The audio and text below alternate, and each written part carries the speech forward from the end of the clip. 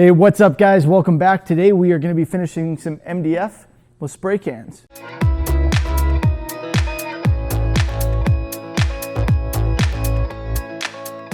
So we're working on a pretty large scale today. I got these two big hexagonal pedestals to finish.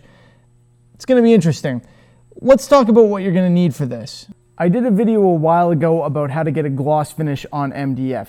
It's quite challenging in a lot of cases. When you have edges, exposed edges of the material as opposed to these faces, they absorb a lot of material. So getting a gloss finish can be hard on that.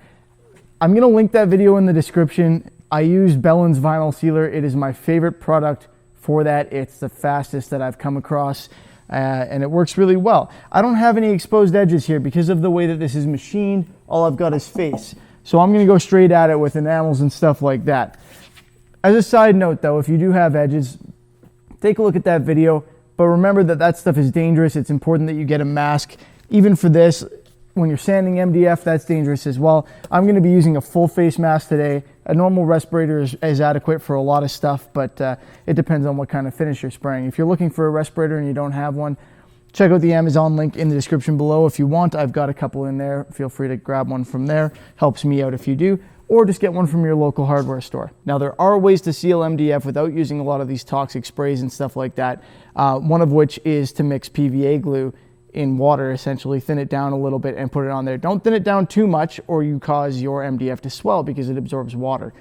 A lot of you, maybe not you, a lot of people commented that on the previous one, and fair enough. I envy your patience if you're gonna do it that way. It does work, it works slowly. But it works. So feel free to do that.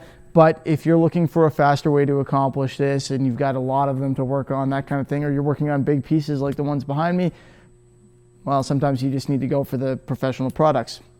So if you need the vinyl sealer, again, Amazon link in the description. But for today, luckily, because of the way these are constructed, I don't have edge work to do. I don't really need those products. What we're gonna do, I've done some filling on the edges here. I'm gonna go in with a razor blade and carefully scrape that back smooth. We're gonna give this whole thing a light sanding. I'm gonna come in with just some standard white primer. And then I'm doing kind of an interesting, these are for a wedding, so I'm doing kind of an interesting finish where I'm gonna be using a combination of an off-white paint in gloss and some gold glitter.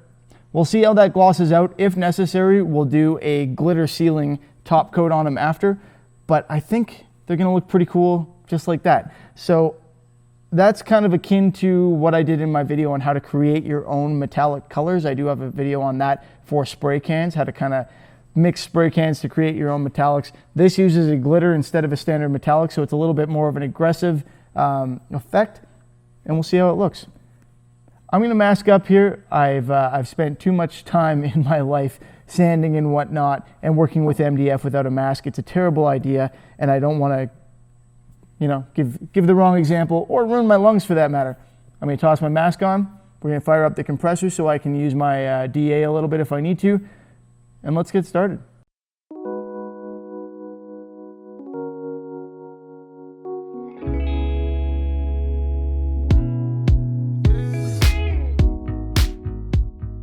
Oh yes, the trusty full face mask, which is somehow easier on my absolute mess of a nose than the normal one. So I'm starting off here with my razor blade. Yes, that's right, just a simple razor blade. I'm not using a fancy card scraper or anything of that nature because razor blades are cheap and they don't involve me having to spend a lot of time sharpening them. And they're great for just flat surfaces like this. Now all of my filling work essentially is happening on the edges here, where my joints are between the two pieces. I've got brad nails holding those in place, and then of course the filler in the joint and over the nail holes. So it's really a pretty straightforward scraping job here. I'm just leveling off the filler. I've piled on a little extra.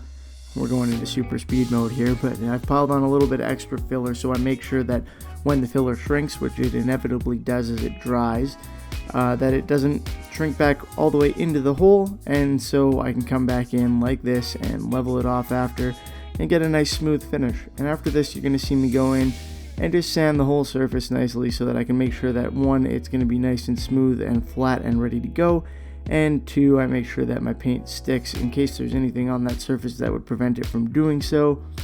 The sanding is your prep work.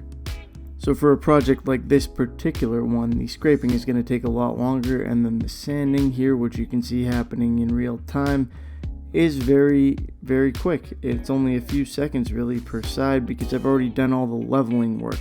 If you're going to use something in the way of a sander to do your leveling work, well then you're going to need a block for one thing to make sure that it's nice and flat. Well, I shouldn't say you're going to need one, you should use a block, but then also you've got all that stuff to take off with the sander, so of course it is going to take longer to do that portion of the project.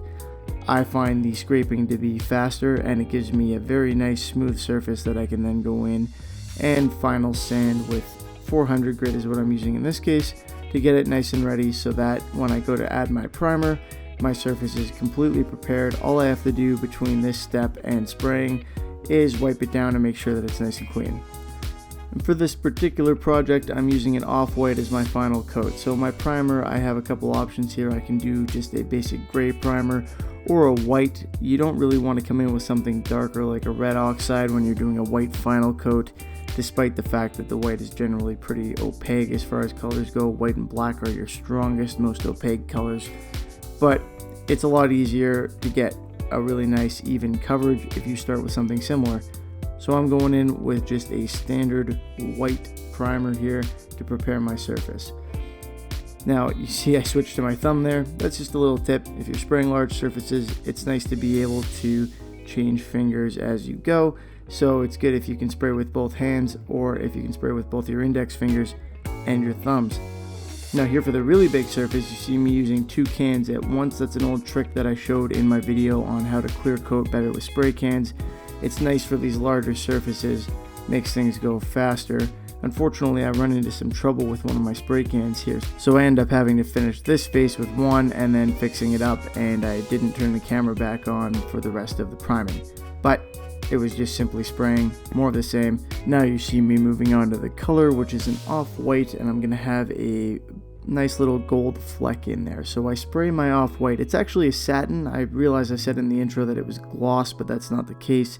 It's a satin finish, and while that's still wet, while I still have those solvents in there evaporating, I spray my gold glitter paint and get some of that fleck in there so it sits within the white paint. I'm spraying the gold lightly enough that it actually wouldn't stick properly if I sprayed it on its own like this. It wouldn't have enough solvent in it to allow it to adhere, but because I'm putting it into the wet white paint, the wet off-white rather, it's not a problem. So this is very much the same type of principle that I applied in my video on how to make your own metallic spray paint. So that's really all there is to this technique. You can of course go in with a clear coat afterward, but generally the concept is you can get this pretty nice sparkle with whatever base color you want by applying it in this fashion. If you're looking for any of these glitter paints, they're available through that Amazon link in the description, so feel free to take a look there. There are a limited number of colors that these are available in, but you can use just the glitter paint if you want a fairly transparent look, or you can apply it in a fashion similar to this if you're looking for it as an accent, or of course you can apply it over essentially the same color and go a little heavier to get a full glitter paint job. I did a tutorial on that as well using the red glitter paint. The glitter clear coat, the glitter sealing clear, is also a nice thing to have if you're doing that sort of finish, but for this, because I'm allowing it to dry into that white, it's not really an issue. It'll dry right in and we'll end up with the type of finish that we usually would have with the white, but with just slightly more texture because we have that glitter in there, which for the purposes of the finish that I'm doing for this and for this this wetting that this is going to be used in, that's actually going to work just fine. We're not going to have a whole bunch of glare from the lights or anything like that. We're going to end up with a nice kind of satin, slightly textured finish that's going to look really classy. So I think that this is going to make everybody who's using it quite happy, and that makes me happy. Now the reason I have these on their sides is because I have to spray that white reasonably heavy in order to allow the gold to settle in like that. So having them on their sides prevents me from running into these issues with them running from the gravity.